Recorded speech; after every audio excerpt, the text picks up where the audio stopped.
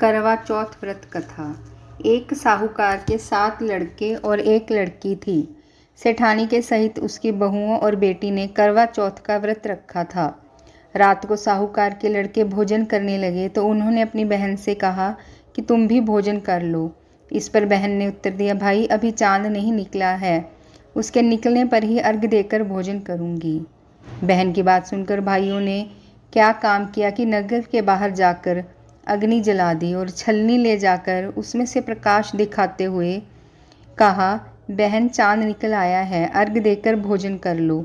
ये सुनकर उसने अपनी भाभियों से कहा कि आओ तुम भी चंद्रमा को अर्घ दे लो, परंतु वह इस बात को जानती थी। उन्होंने कहा, अभी चांद नहीं निकला, तेरे भाई तेरे से धोखा करते हुए अग्नि का प्रकाश छलनी से दिखा रहे हैं।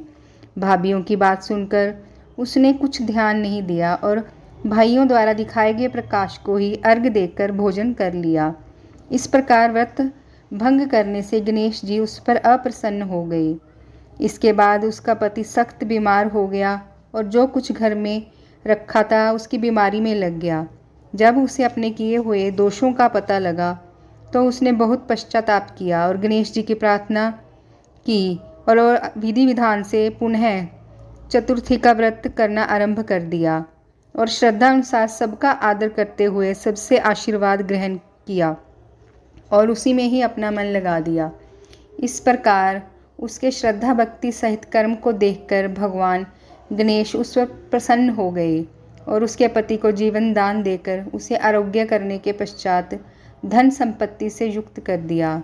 इस प्रकार जो कोई छल कपट को त्याग कर श्रद्धा भक्ति के साथ चतुर्थी का व्रत करेगा वह सब प्रकार से सुखी होते हुए क्लेशों से मुक्त हो जाएगा।